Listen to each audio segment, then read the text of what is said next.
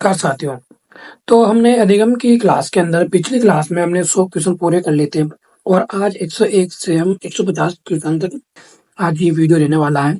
और अगली क्लास में हम टोटल 265 क्वेश्चन करेंगे, तो अगली 2 या 3 क्लास में हम 265 क्वेश्चन कर लेंगे। उसके बाद हम आगे के टॉपिक्स के क्वेश्चन देखेंगे। तो चलिए इस क्लास को शुरू करते हैं। चैनल को सब्सक्राइब नहीं किया हो तो सब्सक्राइब कर देना। चलिए शुरू करते हैं। थॉर्नडाइक के सीखने के गुण नियमों में सम्मिलित नहीं है। बताइए, थॉर्नडाइक के सीखने के गुण नियमों में कौन सा सम्मिलित नहीं है? मानसिक स्थिति का नियम, आंशिक क्रिया का नियम, अभ्यास का नियम या सदस्य का नियम? तो यहाँ पे जो आपका आंसर होगा वो आंसर नंबर सी बिल्कुल हो जाएगा, अभ्यास का नियम नहीं है। चलिए नेक्स्ट क्वेश्चन देखते हैं। अगला क्वेश्चन ये कहता है कि जिन प्रतिक्रियाओं को सीखने के उपरांत संतुष्टि प्राप्त होती है उन्हें सीख लिया जाता है, कहलाता है। कल्पना का निर्माण, प्रभाव का नियम, तत्परता का नियम या सापेक्षता का नियम? तो यहाँ पे जो आपका आंसर होगा वो आंसर नंबर बी बिल्कुल सही हो जाएगा, प्रभाव का नियम। चलिए नेक्स्ट क्वेश्चन देखते हैं। निम्नलिखित में से कौन सा कथन सत्य है? घोड़े को तालाब तक ले जाया जा सकता है और उसको पानी पीने के लिए बाध्य किया जा सकता है? नहीं, बिल्कुल नहीं किया जा सकता। घोड़े को न तो तालाब तक ले जा सकता है, न ही पानी पीने के लिए बाध्य किया जा सकता है। तालाब तक हम घोड़े को ले जा सकते हैं, पानी पीने के लिए बाध्य नहीं कर सकते। नंबर 2 भी गलत हो जाएगा। घोड़े को तालाब पर ले जाकर उसको पानी पिलाने के लिए सब कुछ किया जा सकता है, कुछ नहीं किया जाता। घोड़ा अपने आप पानी पिएगा। घोड़े को तालाब तक ले जाया सकता है, लेकिन उसको पानी पीने के लिए बाध्य नहीं किया जा सकता। तो ये तत्परता के नियम के अंदर आता है। आंसर अपना डी बिल्कुल सही हो जाएगा। चलिए नेक्स्ट क्वेश्चन देखते हैं। क्वेश्चन नंबर 4 ये कहता है कि एक शिक्षक होने के नाते आप सीखने के किस नियम को नहीं अपनाएंगे? आंशिक क्रिया का नियम, तत्परता का नियम, अभ्यास का नियम या प्रलोभन का नियम? तो बताइए, अगर आप शिक्षक होंगे तो आप क्या करेंगे? आंशिक क्रिया करेंगे, तत्परता को अपनाएंगे, अभ्यास करेंगे, अभ्यास के नियम को अपनाएंगे या प्रलोभन का नियम अपनाएंगे? तो नहीं अपनाना है तो हमें कौन सा? प्रलोभन का नियम। तो अपना आंसर नंबर यहाँ पे डी बिल्कुल सही हो जाएगा। चलिए नेक्स्ट क्वेश्चन देखते हैं। नेक्स्ट क्वेश्चन ये कहता है कि निम्नलिखित में से कौन सा अधिगम का एक मुख्य थॉर्नडाइक के नियम है? उपयोग का नियम, अभ्यास का नियम, आत्मीकरण का नियम या मनोवृत्ति का नियम? तो यहाँ पे जो आपका आंसर होगा वो आंसर नंबर बी बिल्कुल सही हो जाएगा, अभ्यास का नियम। चलिए नेक्स्ट क्वेश्चन देखते हैं। सीखने की तत्परता की ओर संकेत करती है। तो शिक्षार्थी के सामान्य योग्यता स्तर, सीखने के सातत्य में शिक्षार्थी के वर्तमान संज्ञानात्मक स्तर, सीखने के कार्य की प्रकृति को संतुष्ट करने, थॉर्नडाइक के तत्परता का नियम? तो बताइए कौन सा होगा? तो आंसर नंबर यहाँ पे आपका डी बिल्कुल सही हो जाएगा। चलिए नेक्स्ट क्वेश्चन देखते हैं। नेक्स्ट क्वेश्चन ये कहता है, निम्न में से कौन सा कारक थॉर्नडाइक के अधिगम से सम्मिलित नहीं है? तत्परता, अभ्यास, गुणवत्ता या प्रभाव? तो यहाँ पे जो आपका आंसर होगा वो आंसर नंबर सी बिल्कुल सही हो जाएगा, गुणवत्ता। गुणवत्ता थॉर्नडाइक के नियम के संबंधित नहीं है। ठीक है, कारक थॉर्नडाइक के अधिगम से सम्मिलित नहीं है। चलिए नेक्स्ट क्वेश्चन देखते हैं। एक बच्चा अतीत की सामान्य परिस्थिति में की गई अनुक्रियाओं के आधार पर नई स्थिति के प्रति अनुक्रिया करता है। ये किससे संबंधित है? सीखने की प्रक्रिया का अभिवर्ती नियम है, सीखने का तत्परता नियम है, सीखने का सादृश्य नियम है या सीखने का प्रभाव नियम है? तो यहाँ पे जो आपका आंसर होगा वो आंसर नंबर सी बिल्कुल सही हो जाएगा, सीखने का सादृश्यता का नियम। चलिए नेक्स्ट क्वेश्चन देखते हैं। तत्परता का नियम, अभ्यास का नियम एवं प्रभाव का नियम निम्नलिखित में से किस अधिगम सिद्धांत से संबंध है? प्रयास एवं त्रुटि, शास्त्रीय अनुबंधन, सामाजिक अधिगम या संकेत अधिगम? तो यहाँ पे जो आपका आंसर होगा वो आंसर नंबर ए बिल्कुल सही होगा, प्रयास एवं त्रुटि से संबंध है। प्रयत्न एवं भूल के सिद्धांत को दर्शाने के लिए थॉर्नडाइक ने किस पर प्रयोग किया था? चूहों पर, बंदर पर, कबूतर पर या बिल्ली पर? तो यहाँ पे आपका आंसर नंबर डी बिल्कुल सही हो जाएगा, बिल्ली पर। चलिए नेक्स्ट क्वेश्चन देखते हैं। नेक्स्ट क्वेश्चन ये कहता है कि थॉर्नडाइक का सिद्धांत किस नाम से जाना जाता है? संज्ञानात्मक संयोजनवाद, शास्त्रीय अनुबंध या सक्रिय अनुबंध? तो यहाँ पे जो आपका आंसर होगा वो आंसर नंबर बी बिल्कुल सही हो जाएगा, संयोजनवाद से। चलिए नेक्स्ट क्वेश्चन देखते हैं। नेक्स्ट क्वेश्चन ये कहता है आपका कि प्रयास एवं त्रुटि सिद्धांत में सबसे महत्वपूर्ण क्या है? आवश्यकता व पुनर्बलन, लक्ष्य व आवश्यकता, प्रेरणा व पुनर्बलन या अभ्यास व आवश्यकता। तो यहाँ पे 112 नंबर का आंसर आपका होगा आंसर नंबर सी, प्रेरणा व पुनर्बलन। चलिए नेक्स्ट क्वेश्चन देखते हैं। नेक्स्ट क्वेश्चन ये कहता है आपका कि थॉर्नडाइक ने सर्वप्रथम प्रयास एवं त्रुटि का विचार कब दिया था?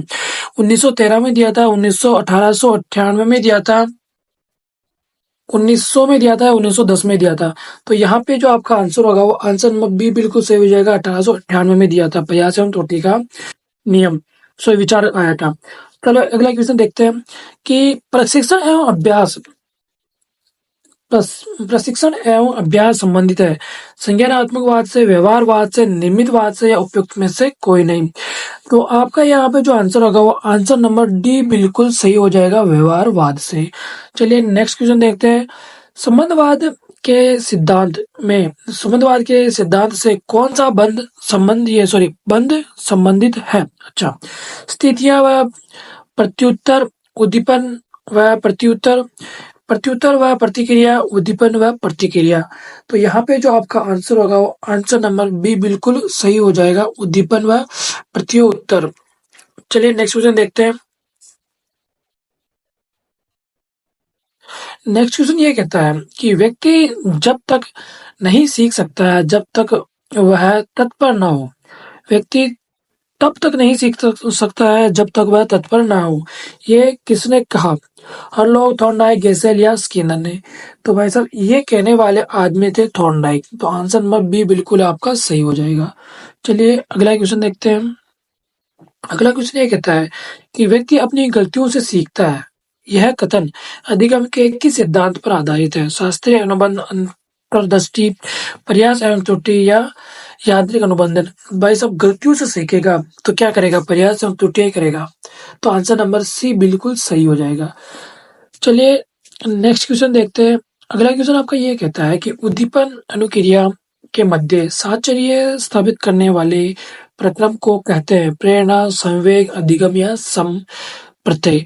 तो क्वेश्चन नंबर 18 का आंसर होगा अपना अधिगम, सी आंसर हो जाएगा। चलिए अगला क्वेश्चन देखते हैं। सीखने का वह सिद्धांत जो पूर्ण रूप से और केवल अवलोकनीय व्यवहार पर आधारित है। सीखने के सिद्धांत से संबंध संज्ञानात्मक, विकासवादी, व्यवहारवादी या रचनावादी। तो आपका यहाँ पे जो आंसर होगा वो आंसर नंबर सी हो जाएगा, व्यवहारवादी। चलिए अगला क्वेश्चन देखते हैं। अगला क्वेश्चन आपका ये कहता है कि सीखने की प्रक्रिया में विद्यार्थी द्वारा की गई त्रुटियों के संबंध में आपकी दृष्टि में निम्नलिखित में से कौन सा कथन सर्वोत्तम है? विद्यार्थी को कभी त्रुटि नहीं करनी चाहिए। भाई साहब विद्यार्थी अगर त्रुटि नहीं करेगा तो सीखेगा कैसे? त्रुटियां अधिगम प्रक्रिया का भाग है। विद्यार्थी की लापरवाही के कारण त्रुटियां होती है, ऐसा नहीं हो सकता। कभी कभी विद्यार्थी त्रुटियां कर सकता है, हाँ कभी कभी कर सकता है, लेकिन ये बात भी हम मानने को तैयार नहीं है। तो 120 में जो आपका आंसर होगा वो आंसर नंबर बी बिल्कुल सही हो जाएगा। चलिए नेक्स्ट क्वेश्चन देखते हैं कि व्यवहारवाद पर आधारित अधिगम सिद्धांतवादी इस विश्वास को मानते हैं कि बालक स्वाभाविक अधिगम करता है, वातावरण व्यक्ति को बदल सकता है, सभी प्रकार का व्यवहार सीखा जा सकता है, प्रत्येक व्यक्ति सब कुछ सीख सकता है। तो यहाँ पे जो आपका आंसर होगा वो आंसर नंबर सी बिल्कुल सही हो जाएगा, सभी प्रकार का व्यवहार सीखा जा सकता है। चलिए अगला क्वेश्चन देखते हैं। अधिगम के शास्त्रीय अनुबंधन सिद्धांत से संबंधित है थॉर्नडाइक, स्किनर, पाउल या कुर्तलेव। तो यहाँ पे जो आपका आंसर होगा वो आंसर नंबर सी बिल्कुल सही हो जाएगा, पाउलम। चलिए नेक्स्ट क्वेश्चन देखते हैं। अगला क्वेश्चन आपका ये कहता है कि पाउलो के प्राचीन अनुबंधन सिद्धांत में भोजन को अनुबंधन की भाषा में क्या कहा जा सकता है? क्या कहा जाता है? अनुबंधित अनुक्रिया, अनुबंधित उद्दीपक, अनुनाबंधित अनुक्रिया या अनुनाबंधित उद्दीपक। तो यहाँ पे जो आपका आंसर होगा उसको वो आंसर नंबर डी बिल्कुल सही हो जाएगा, अनुनाबंधित उद्दीपक। चलिए नेक्स्ट क्वेश्चन देखते हैं। माफ कीजिएगा थोड़ी हिचकी आ रही है तो उसके वजह से थोड़ा डिस्टर्ब हो सकता है। चलिए कोई दिक्कत नहीं। अगला क्वेश्चन देखते हैं। पावलोव ने अधिगम का कौन सा सिद्धांत प्रतिपादित किया था? आंशिक अनुक्रिया सिद्धांत, अनुकूलित अनुक्रिया सिद्धांत, बहुप्रतिक्रिया सिद्धांत या संयोजनवाद का सिद्धांत। तो यहाँ पे जो आपका आंसर होगा वो आंसर नंबर बी बिल्कुल सही हो जाएगा, अनुकूलित अनुक्रिया का सिद्धांत। चलिए नेक्स्ट क्वेश्चन देखते हैं। अगला क्वेश्चन ये कहता है आपका कि पावलोव के अनुबंधन प्रयोग में केवल घंटी की ध्वनि को उपस्थित करने पर कुत्ते के द्वारा होने वाली अनुक्रिया क्या कहलाती है? अनुबंधित अनुक्रिया, अनुनाबाधित अनुक्रिया या आदर्शिक से अनुक्रिया या स्वाभाविक अनुक्रिया। तो 125 क्वेश्चन में आपका जो आंसर होगा वो नंबर ए बिल्कुल सही हो जाएगा, अनुबंधित अनुक्रिया। चलिए नेक्स्ट क्वेश्चन देखते हैं। पावलोव के अनुबंधन प्रयोग में भोजन के प्रति लार की अनुक्रिया क्या कहलाती है? यूसीएस, सीआर, यूसीआर या सीआर। तो यहाँ पे जो आपका आंसर होगा वो आंसर नंबर सी बिल्कुल सही हो जाएगा।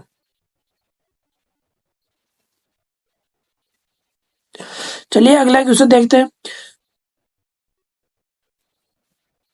अगला क्वेश्चन ये कहता है कि पावलोव के प्रयोग में अनुबंधन पैदा करने के दौरान उद्दीपक प्रस्तुतीकरण एवं अनुक्रिया का उपयुक्त क्रम है C S plus U C S minus C R, C S U C S या U C R, C S या सी आर या यू सी एस या यू सी आर। तो यहाँ पे जो आपका आंसर होगा वो आंसर नंबर बी बिल्कुल सही हो जाएगा। चलिए नेक्स्ट क्वेश्चन देखते हैं कि मैं अपनी चाबियों को टीवी के पास खूंटी पर टांगता था। अब मैंने चाबियां रखने की खूंटी बदल दी, फिर भी मैं चाबियां टांगने टीवी के पास चला जाता हूँ। उदाहरण कौन सा है? अभिप्रेरणा, अनुबंधन, लापरवाही या प्रयत्न व भूल का। तो आपका जो यहाँ पे आंसर होगा वो आंसर नंबर सी बिल्कुल सही हो जाएगा, अनुबंधन का। चलिए अगला क्वेश्चन देखते हैं। अगला क्वेश्चन ये कहता है कि पावलोव के प्रयोग में अस्वाभाविक उद्दीपक एवं अस्वाभाविक उद्दीपक के प्रस्तुतीकरण के मध्य समय अंतराल है 10 मिनट, 4 से 5 मिनट, 4 से 5 सेकंड या 10 सेकंड। तो यहाँ पे जो आपका आंसर होगा वो आंसर नंबर सी बिल्कुल सही हो जाएगा, 4 से 5 सेकंड। चलिए अगला क्वेश्चन देखते हैं। अगला क्वेश्चन ये कहता है कि एक बच्चे की लाल कार से दुर्घटना हो गई जिससे उसे काफी चोट पहुंची। आगे चलकर वह किसी भी प्रकार की लाल वस्तु को देखकर डरने लगता है। यह उदाहरण अनुक्रिया, उद्दीपक, उद्दीपक व अनुक्रिया, न उद्दीपक, सामान्यीकरण, न अनुक्रिया, सामान्यीकरण। तो यहाँ पे जो आपका आंसर होगा वो आंसर नंबर बी बिल्कुल सही हो जाएगा, उद्दीपक अनुक्रिया। चलिए अगला क्वेश्चन देखते हैं। बताइए अनुकूलित अनुक्रिया सिद्धांत की उपयोगिता है। बहस के निवारण में, शिक्षण सहायक सामग्री के प्रयोग में, संख्या अधिगम द्वारा कार्यों को सरल बनाने में या उपयुक्त सभी। तो यहाँ पे जो आपका आंसर होगा वो आंसर नंबर डी बिल्कुल सही हो जाएगा, उपयुक्त सभी। चलिए अगला क्वेश्चन देखते हैं। अगला क्वेश्चन ये कहता है कि 5 वर्ष का राजू अपनी खिड़की के बाहर तूफान को देखता है कि बिजली चमकती है और कड़कड़े कड़कने की आवाज आती है। राजू शोर सुनकर उछलता है। बार बार यह घटना होती है। फिर कुछ देर बाद शांति के पश्चात बिजली कड़कती है। राजू बिजली की गर्जन सुनकर उछलता है। राजू का उछलना सीखने के किस सिद्धांत का उदाहरण है? क्रिया प्रसूत, प्रयास एवं त्रुटि, प्राचीन अनुबंध या प्रबलन का सिद्धांत। तो यहाँ पे जो आपका आंसर होगा वो आंसर नंबर सी बिल्कुल सही हो जाएगा, प्राचीन अनुबंधन सिद्धांत। चलिए अगला क्वेश्चन देखते हैं। पावलोव के संबंध में असुमेलित विकल्प कौन सा है? पावलोव रूस के शारीरिक क्रिया शास्त्री थे।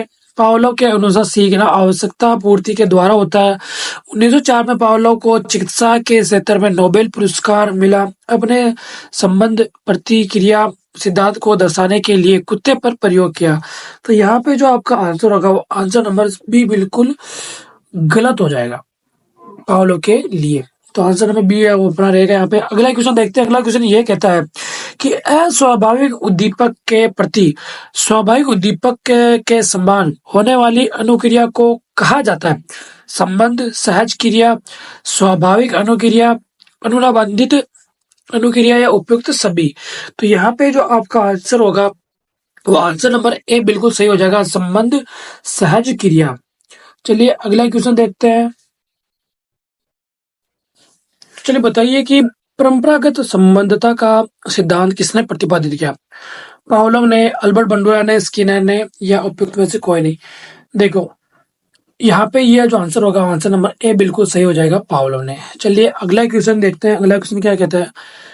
एक बच्चे को लाल गुलाब का कांटा चुभ गया, जिससे उससे काफी चोट पहुंची। आगे चलकर वह लाल पोशाक या लाल प्रकार किसी भी चीज को देखकर डरने लगा या लगी। का यह उदाहरण है उद्दीपक एवं अनुक्रिया, या उद्दीपक सामान्यीकरण, या न तो उद्दीपक न तो अनुक्रिया सामान्यीकरण। तो यहाँ पे जो आपका आंसर होगा, वो आंसर नंबर ए बिल्कुल सही हो जाएगा, उद्दीपक सामान्यीकरण। अगला क्वेश्चन देखते हैं। अगला क्वेश्चन क्या कहते हैं? अगला क्वेश्चन आपका यह कहता है, अगला क्वेश्चन ये कहता है कि अधिगम के व्यवहारात्मक सिद्धांत के अनुसार निम्नलिखित में से कौन सा कथन अधिगम के विषय में सही है? अवलोकन और मापन नहीं किया जा सकता। व्यक्तिनिष्ठ मनोवैज्ञानिक विधियों द्वारा मापन किया जाता है। वस्तुनिष्ठ तरीके से अवलोकन और मापन किया जा सकता है। अंतर्वेशन विधि द्वारा मापन किया जाता है। तो यहाँ पे जो आपका आंसर होगा, वो आंसर नंबर सी बिल्कुल सही हो जाएगा। चलिए अगला क्वेश्चन देखते हैं कि निम्नलिखित में से कौन सा शास्त्रीय अनुबंधन से संबंधित नहीं है? विलोपन, तत्काल विभेदन, या सेपिंग? तो यहाँ पे जो आपका आंसर होगा, वो आंसर नंबर डी बिल्कुल सही हो जाएगा। ये शास्त्रीय अनुबंधन से संबंधित नहीं है। चलिए अगला क्वेश्चन देखते हैं। किस प्रकार का अनुबंधन अधिगम के लिए सर्वाधिक प्रभावी है? विलंबित अनुबंधन, समकालीन विलंब अनुबंधन, अनुमार्गीय अनुबंधन, या पदगामी अनुबंधन? तो यहाँ पे जो आपका आंसर होगा, वो आंसर नंबर ए बिल्कुल सही हो जाएगा। चलिए अगला क्वेश्चन देखते हैं। अगला क्वेश्चन यह कहता है कि शास्त्रीय अनुबंधन सिद्धांत के संदर्भ में कौन सा कथन सही नहीं है? अधिगम किए गए तथ्य सामान्यतः स्थायी होते हैं। पुनरावृत्ति पर बल देता है। बालकों के भय और दुश्चिंता से छुटकारा दिलाने में अनुप्रयोग किया जाता है। अवबोध और रुचि की भूमिका अत्यंत कम है। तो यहाँ पे जो आपका आंसर होगा, वो आंसर नंबर ए बिल्कुल सही हो जाएगा। अगला क्वेश्चन देखते हैं। अगला क्वेश्चन यह कहता है कि अनुकूलित अनुक्रिया उद्दीपकों की अनुक्रिया द्वारा व्यवहार का स्वचालन है, जिसमें उद्दीपक पहले अनुक्रिया के साथ होती है, किंतु अंत में वह स्वयं उद्दीपन बन जाती है। सीखने का यह सिद्धांत किसने दिया था? तो यह सिद्धांत दिया था आपके पावलो भाई साहब ने। तो आंसर नंबर सी बिल्कुल सही हो जाएगा यहाँ पर। चलिए अगला क्वेश्चन देखते हैं। अगला क्वेश्चन यह कहता है आपका कि पावलो के शास्त्रीय अनुबंधन में पहले भोजन, इसके बाद ध्वनि उत्पन्न की जाती है। पहले ध्वनि, पश्चात भोजन, भोजन व ध्वनि के साथ प्रस्तुत किया जाता है। सिर्फ भोजन प्रस्तुत किया जाता है। तो आपका ये जो यहाँ पे आंसर होगा, वो आंसर नंबर बी बिल्कुल सही हो जाएगा। चलिए अगला क्वेश्चन देखते हैं। अगला क्वेश्चन ये कहता है कि अनुबंधन स्थापित होने के बाद यदि बार बार मात्र अनुबंधित उद्दीपक ही उपस्थित किए जाने पर अंतर्तोग्धत्वा, पता नहीं क्या लिखा हो, पर अनुबंधित अनुक्रिया का बंद हो जाना कहलाता है। बाह्य अवरोध, विलंबन, अनुबंधित अवरोध, या विलोप? तो यहाँ पे जो आपका आंसर होगा, वो आंसर नंबर डी बिल्कुल सही हो जाएगा, विलोप। अगला क्वेश्चन ये कहता है कि आप अपने जूते एक रैक में रखते हैं।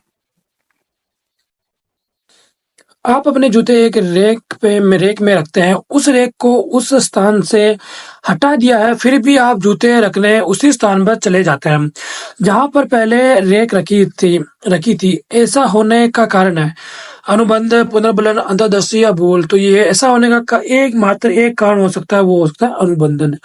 अगला क्वेश्चन देखते हैं। अगला क्वेश्चन ये कहता है कि राजू खरगोश से डरता है। शुरू में खरगोश को राजू से काफी दूर रखा गया। आने वाले दिनों में हर रोज खरगोश और राजू के बीच की दूरी कम कर दी गई। अंत में राजू की गोद में खरगोश को रखा गया और राजू खरगोश से खेलने लगा। यह प्रयोग उदाहरण है प्रयत्न एवं त्रुटि का शास्त्रीय अनुबंधन सिद्धांत, क्रिया प्रसूत अनुबंधन सिद्धांत या इनमें से सभी। तो यहाँ पे जो आपका आंसर होगा वो आंसर नंबर बी बिल्कुल सही हो जाएगा, शास्त्रीय अनुबंधन सिद्धांत का। चलिए अगला क्वेश्चन देखते हैं। अगला क्वेश्चन ये कहता है आपका कि निम्नलिखित में से शास्त्रीय अनुबंधन का उदाहरण है। कुत्ता विद्युत शौक की मजबूरी को सीख लेता है। ठीक है। चूहा भोजन प्राप्ति हेतु लीवर को दबाना सीख लेता है। कुत्ता घंटी बजाने पर लार टपकाना सीख लेता है।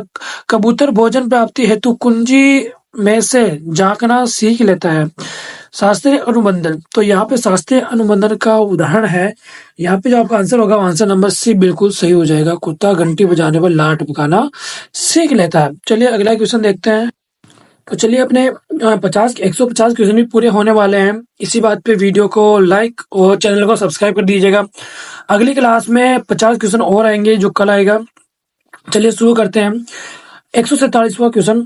कक्षा का विद्यार्थी एक शिक्षक से मार खाने के उपरांत सभी शिक्षकों से डरने लगता है। यह उदाहरण किसका है? सामाजिक अधिगम का, अनुबंधित या गेस्टाल्ट सिद्धांत का, या संज्ञानात्मक विकास का। तो यहाँ पे जो आपका आंसर होगा वो आंसर नंबर बी बिल्कुल सही हो जाएगा, अनुबंधित सिद्धांत का। अगला क्वेश्चन देखते हैं। अगला क्वेश्चन आपका यह कहता है कि स्किनर द्वारा प्रतिपादित अधिगम सिद्धांत है। प्राचीन अनुबंधन, अंतर्दृष्टि अधिगम, क्रिया प्रसूत अनुबंधन, शास्त्रीय अनुबंधन। तो कौन सा स्किनर द्वारा प्रतिपादित? तो यहाँ पे जो आपका आंसर होगा वो आंसर नंबर सी बिल्कुल सही हो जाएगा, क्रिया प्रसूत अनुबंधन सिद्धांत। चलिए अगला क्वेश्चन देखते हैं।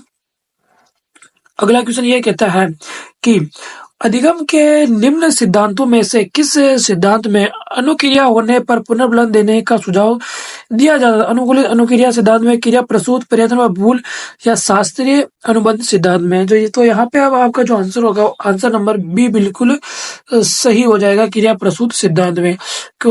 इस क्लास का आखिरी क्वेश्चन देखते हैं इस वीडियो का। क्रिया सक्रिय अनुबंधन सिद्धांत के अंतर्गत अधिगम संबंध है। उद्दीपक अनुक्रिया, उद्दीपक अनुक्रिया, अनुक्रिया उद्दीपक। तो यहाँ पे जो आपका आंसर होगा वो आंसर नंबर डी बिल्कुल सही हो जाएगा। मुझे ऐसा लगता है ये क्वेश्चन एक बार पहले भी आ चुका है अपने इस वीडियो के पहले, तो कोई बात नहीं, दोबारा पढ़ लिया हमने। चलिए मिलते हैं अगली क्लास में। कल हम पूरे 200 क्वेश्चन करेंगे और उसकी अगली क्लास में हम 265 पूरे क्वेश्चन अपने अधिगम के समाप्त कर देंगे और उसके बाद अगले टॉपिक के हम क्वेश्चन लाएंगे। तो चलिए कल मिलते हैं। चैनल को सब्सक्राइब और वीडियो को लाइक कर दीजिए और शेयर जरूर कीजिएगा। धन्यवाद।